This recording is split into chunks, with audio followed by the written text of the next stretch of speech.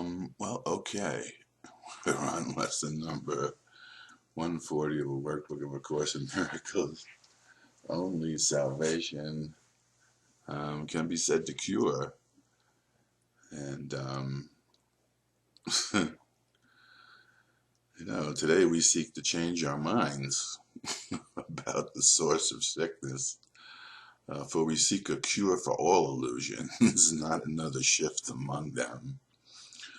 We would try to find the source of healing, which is in our mind, because our Father placed it there for us.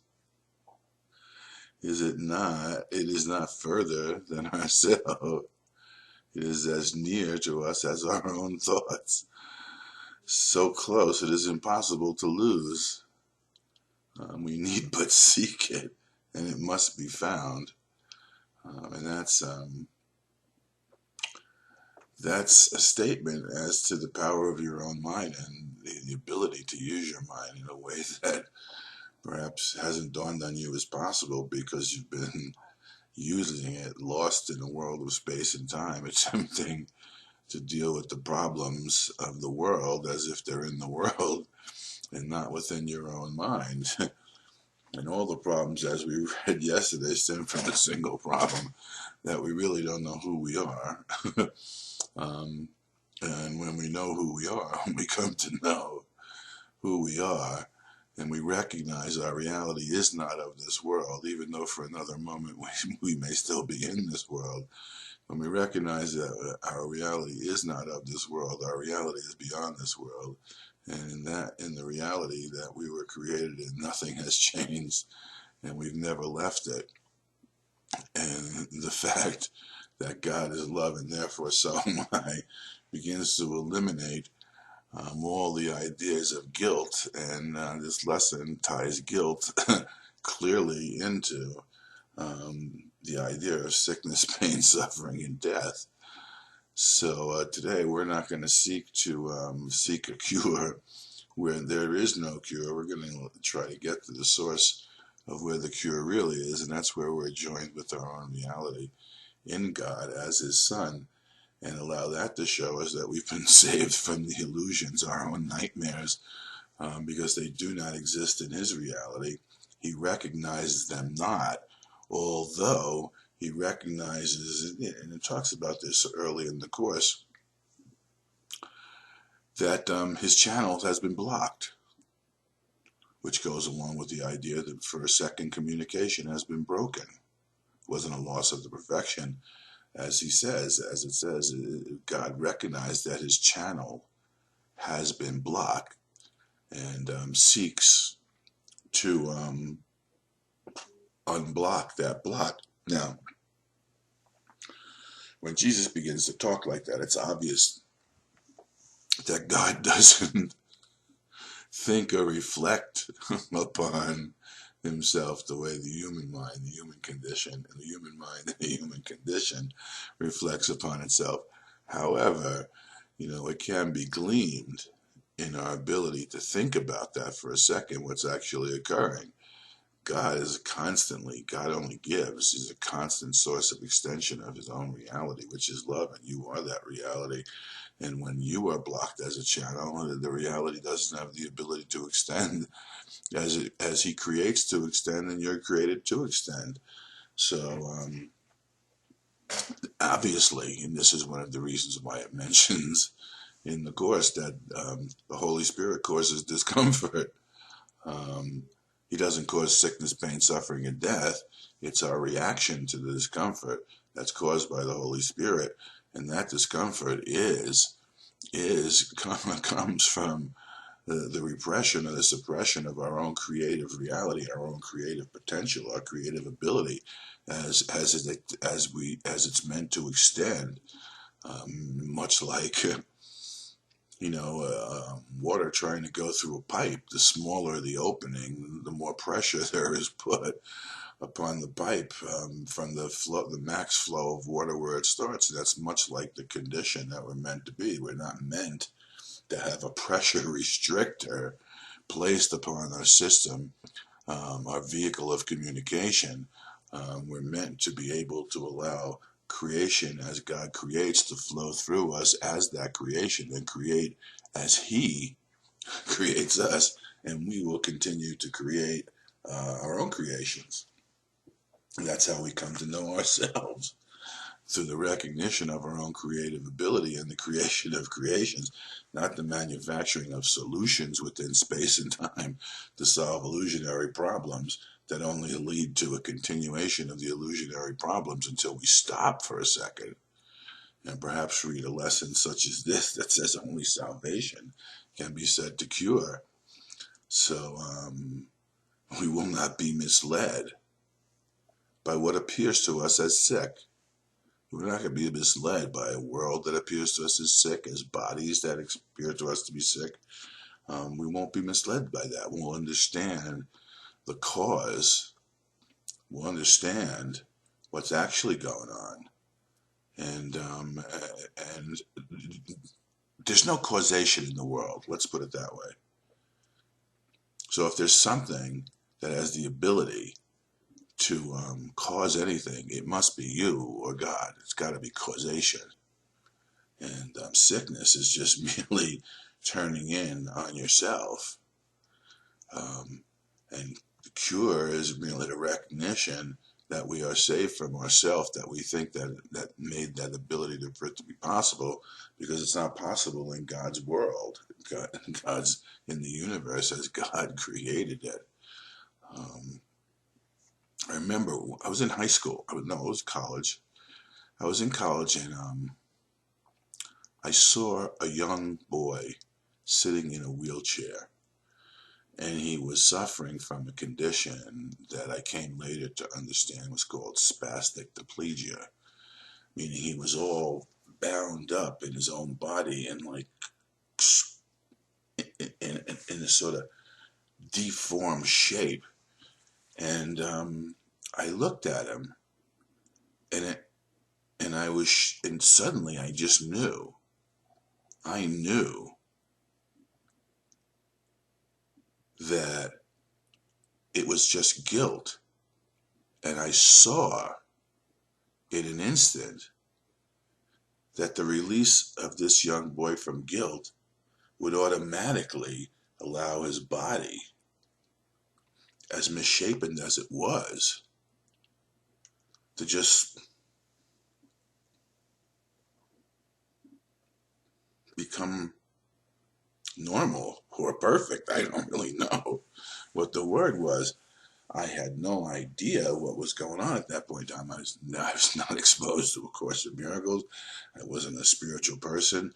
There was no guilt or there was just a recognition of a condition.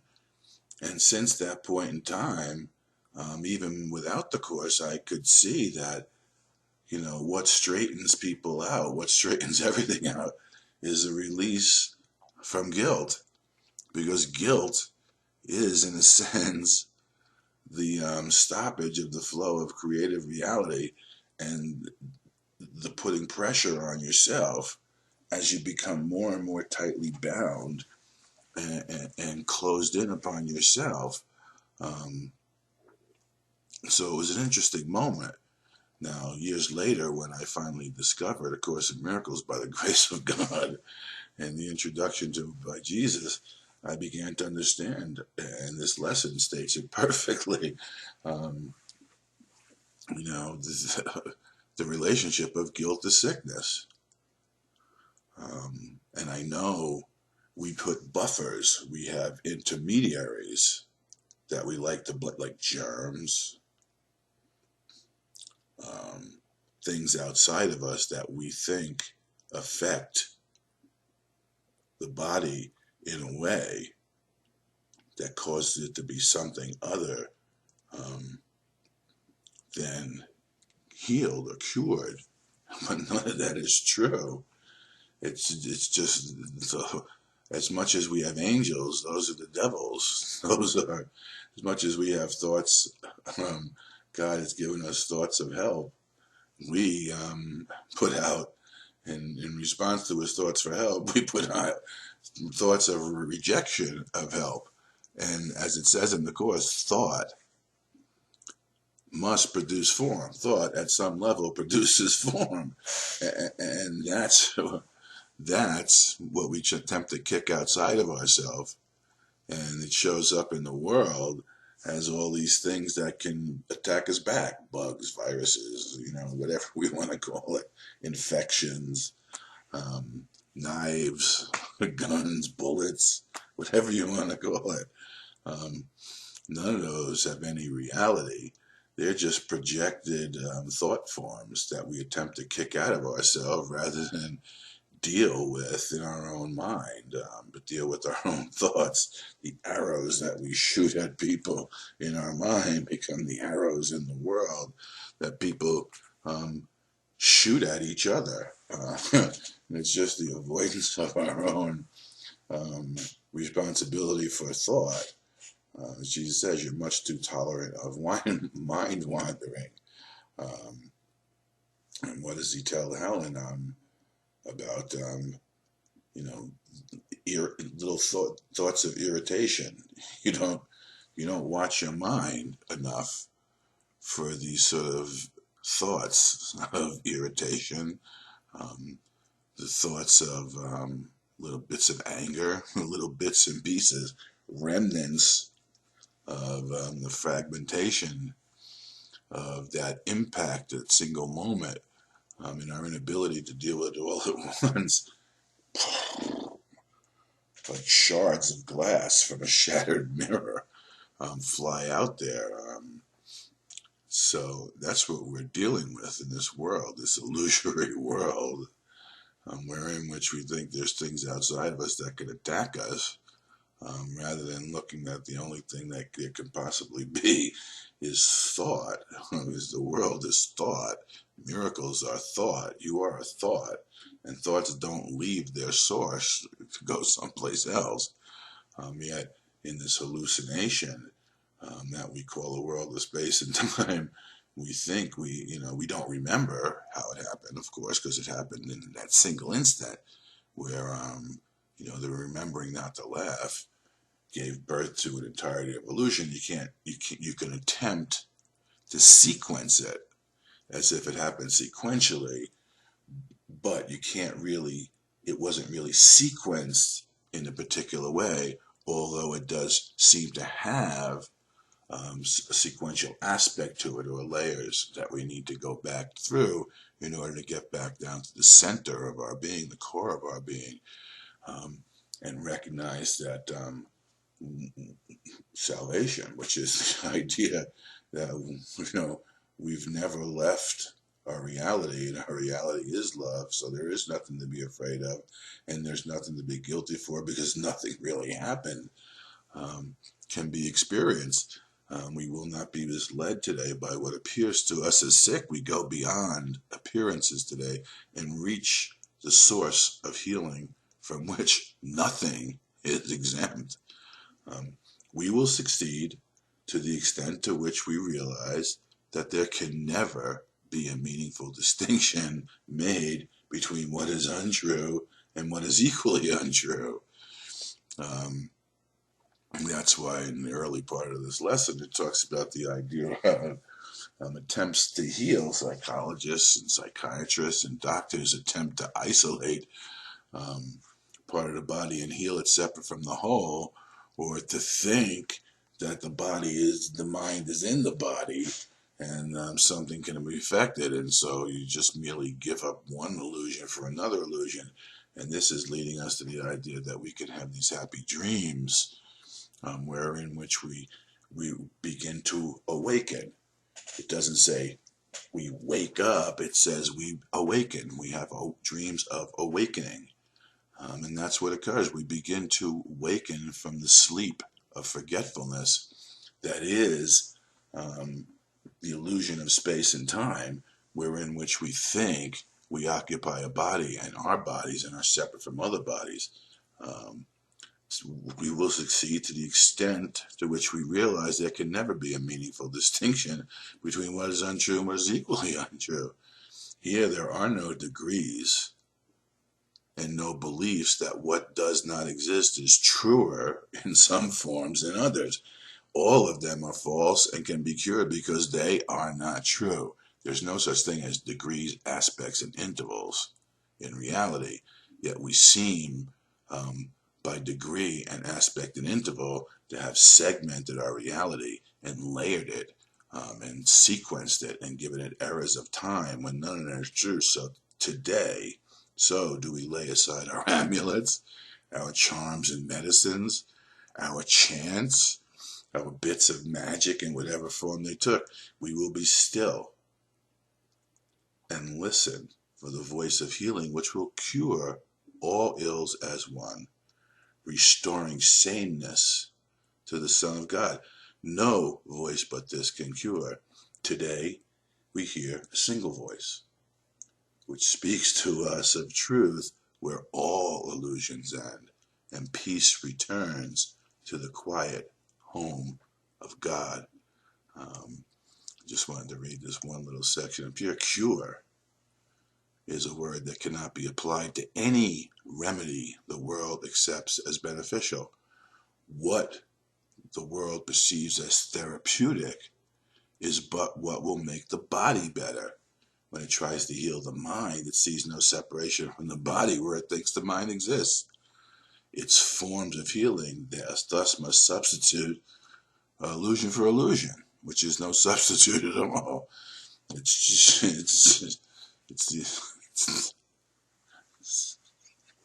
doesn't matter the degree to which you think one illusion is better than the other. An illusion is an illusion is an illusion. One belief in sickness takes another form, and so the patient now perceives himself as well. He's not healed. He merely had a dream that he was sick, and in the dream he found the magic formula to make him well. Yet, he has not awakened from the dream, and so his mind remains exactly as it was before. He has not seen the light that would awaken him and end the dream. And many of you, through the utilization of forgiveness, in moments when you drop all your need for vengeance, all your desire for anyone to be guilty, when we seek forgiveness, and forgiveness comes with the understanding of the Holy Spirit, we begin to see the light, and the light becomes more and more attractive. Now we have a tendency to make up these magic formulas for where or how it happened, but the only way it ever happened was because we are light. We are creation of light, and then we did not defend ourselves against the light. And we allowed the light of truth to dawn on us for a single instant. And remember that the separation happened in a condition when we were light and there was only love. And for a minute we blinked and we lost track of our reality, and this hallucination arose before our eyes. So it takes a moment of getting used to the light again, and the experience of salvation, wherein which the universal experience of there only being love, God being love, and therefore so are you, and to begin to integrate back into the totality of the light reality that we are whole, perfect, infinite, and eternal in. Its forms of healing thus must be substituted for one belief in sickness that takes another form, and so the patient now, but he is not healed, he merely had a dream, yet he is not awakened. And so his mind remains exactly as it was before. He has not seen the light that would awaken him and end the dream. What difference does the content of a dream make in reality? One either sleeps or awakens. There is nothing in between. So remember that there is nothing in between. There's illusions or illusions or illusions, and they will never be true. And truth will always be true. And you don't have to know the difference. You just have to want and desire truth.